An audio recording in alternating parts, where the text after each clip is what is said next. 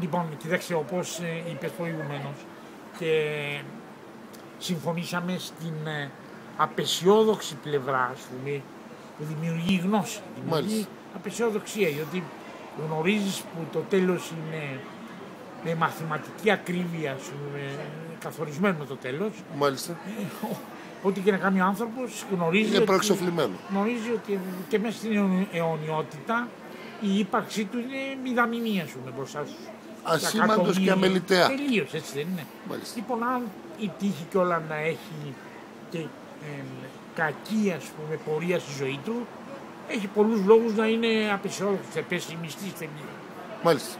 Εντούτοις όμως, υπάρχει και άλλη πλευρά. Όσο και να είναι ψεύτικος αυτός ο κόσμος, ο μάταιος εδώ, εντούτοις το να επιλέξει η φύση να σε φέρει να δεις έστω αυτό το θέατρο, αυτό το γίγνεσθε όπως είναι με όλα τα λατώματα και με όλα, το να σε φέρει. Εάν σκεφτείς τι παράγοντες πρέπει να συμπέσουν για να υπάρξεις, έστω και φευγαλέαν σαν κομίτης να δεις το τι συμβαίνει στον κόσμο, αυτό είναι πολύ τρομερά δύσκολο να συμβεί.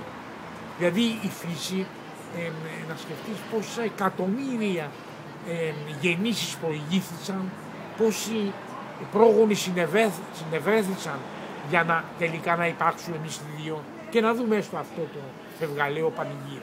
Θα μπορούσε να υποθεί δηλαδή από την εποχή των πρωτοπλάστων, η αλληλουχία των γεννήσεων και των συμπτώσεων. Αλλά από την εποχή που εμφανίστηκε ο άνθρωπος επί της γης. Μάλιστα. Με επέλεξε η φύση να μας κάνει αυτή τη στιγμή και να υπάρχουμε.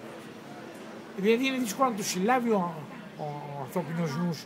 Είναι πολύ πιο απίθανο. Είναι η αιτιακή αλληλουχία είναι δύσκολο να συλλάβει. Είναι σαν να κερδίζεις, ας πούμε, διαδοχικά τον πρώτο αριθμό του λαχείου επί σειρά ετών. Νομίζω ότι αυτό